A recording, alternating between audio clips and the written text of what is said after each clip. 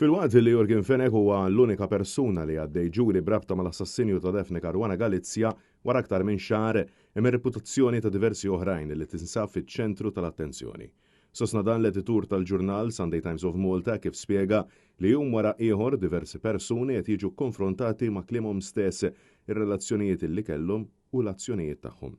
Matul il-ġuri f'Awla 22 qed jintwerew għad kbir ta' messaġġi, recordings u ħbiberiji li ċertament qatt ma kellhom ikunu iżda qed jiġu esposti.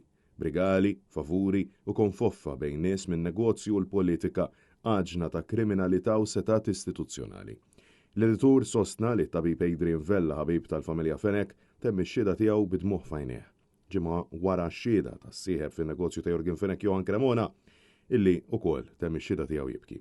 Fl-editorjali jintqal li dan ma jxiex ħtija mal-ġuri qed jiftaħ tieqa fejn iċ-ċittadin qed jara biċ-ċar kultura illi l-flus jiftħu l-bibien beraħ għal relazzjoni aktar fil-qrib ma' politiċi u nies fil-poter.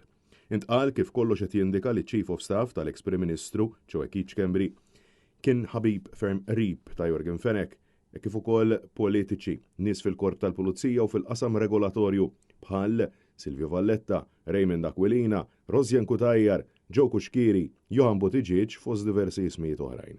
L-editur insista li dan ma jfissirx li kull min kien ikellem lil Fenek huwa korrott, iżda l-qrubija u l-konfidenzi għandhom iġaluna nasbu sew.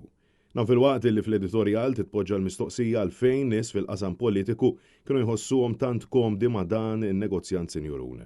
L-editur jinsisti li l-flus jiftu ħafna bibien madankollu l-aktar bib perikolus li fetaħ f'dan il-każ ċertament huwa dak ta' Kastilja. L-editur insista li uffiċjal pubbliku għandu jkollu l-fibra morali li għajt li mhux biss lin-negozjanti iżda wkoll il-politiku illi jkun ħatru fil-pożizzjoni.